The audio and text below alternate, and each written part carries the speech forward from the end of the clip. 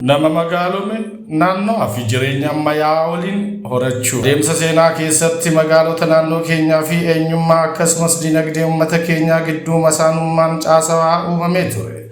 Muudannoon kunniin galmi hundeeffama isaanii uummata keenya to'achuu, sirni bulchiinsa isaanii uummata keenya ukkaamsuu, calaqqeen eenyummaa isaanii uummata keenya of jibbisiisuu fi of dagachiisuu, caasaan dinagdee isaanii uummata keenya qorquu ta'uu irraa madda.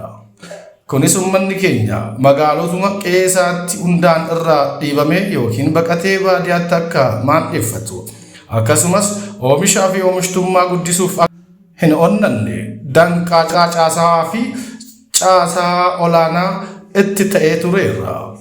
Adeemsa keessaa masaanummaan uummata keenyaa fi magaalaa gidduu ture hir'achaa dhufuun isaa hin oolle. Uummanni keenyas amma tokko ilaalchaa fi amaloota magaalummaa fudhachaa akkasumas mala jireenya magaalaatti madaqaa dhufeera. Haa ta'u malee gaaddidduun hafte adeemsa seenichaa soqolatee nu hordofuun har'a ga'eera. Kunis adeemsa jijjiirama keenya harkifataa taasiseera. Kanaaf ariitii adeemsichaa dabaluun ce'umsa milkeessuu fi hojiileen caasawaa bulchiinsaa fi imaammataa irratti xiyyeeffatan raawwatamuu qabu. Mootummaan naannoo Oromiyaa pilaaniiwwan muummee imaammata magaalomsuu haaraa. Pilaaniiwwan muummee magaalota Adaamaa, Gadaa, Bishooftuu fi Shaggar jiraattota magaalota keenyaa ilaalcha amalaa fi mala jireenyaatiin magaalomsuu ifatti akeekaniiru. Ilaalchii fi imalli magaalaa aadaa, qusannaa, liqii fi investimentii ogummaa harkaa fi tajaajila daldala gabaa, hubannoo teekinooloojii dijitaalaa, kalaqa dhiyeessummaa fi kan kana fakkaatan irraa ibsama.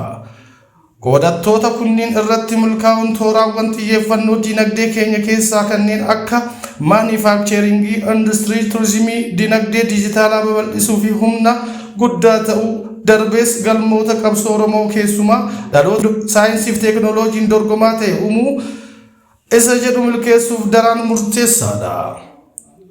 Namni magaalama yookiin namni ammayyaawaa smart person isa digrii qofa qabu osoo hin taane isa jijjiirama ilaalcha hubannoo faayinaansii fi ogummaa dijitaalaa gonfateedha.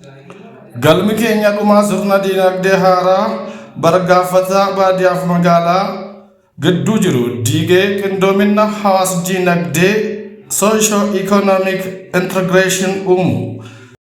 Walumaa galatti imalli ijaarsa magaalaa ammayyaa keenya jijjiirama teekinooloojii qofa miti. Bu'uuraan haaromsa hawaas dinagdeeti. Akeeka kana karaa jalaa haaromeeni. Karaa gidduu misooma koriidariitiin, karaa gubbaa pilaanii muummeetiin kan lafa qabsiisnu ta'a. Bu'uuruma kanaan magaalonni keenya bu'uuraalee barbaachisoo guuttachuun carraa guddinaa uumuun akkasumas jireenyaaf haala mijataa dhugoomsuun amaloota magaalota badhaadhinaa akka horatan kutannoon kan hojjennu ta'a.